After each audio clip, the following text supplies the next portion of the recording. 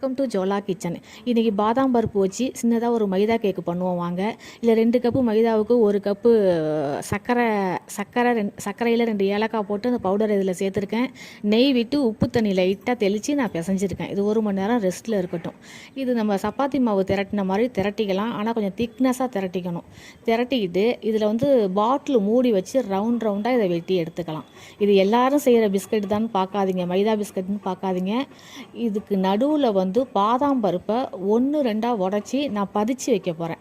பதிச்சு வச்சு இதை பொரித்து அள்ளும்போது ஒரு லைட்டான இனிப்பு சுவையில் அந்த பாதாம் பருப்பு மொறுன்னு இருக்கும் பாருங்கள், சூப்பராக இருக்கும். இது சின்ன மாற்றங்கள் ஒரு பலகாரத்தில் செய்யும்போது அது வித்தியாசமான டேஸ்ட்டு, சூப்பரான டேஸ்ட்டு ஒன்று கிடைக்கும்.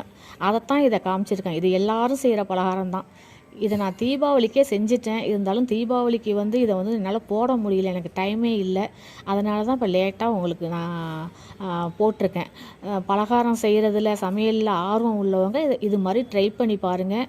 உண்மையிலேயே பாராட்ட வாங்குவீங்க. ரொம்ப சூப்பராக இருக்கும். நான் இதே மாதிரி இந்த பிசைஞ்சு வச்ச எல்லா மாவையுமே நான் கேக் மாதிரி போட்டுட்டேன். இது ஒரு அரை மணி நேரம் காற்றுல உணர விடணும். உணர விட்டதுக்கப்புறம் தீயில் இதை பொரித்து அள்ளணும். ரொம்ப தீ கொடுக்கக்கூடாது. இதுக்கு ஃபஸ்ட்டு எண்ணெய் காஞ்சதுக்கப்புறம் இதை சிம்மில் வச்சிடணும். தீயில் பொரிக்கணும். இது கடலெண்ணெயில் தான் பொரிச்சிருக்கேன்.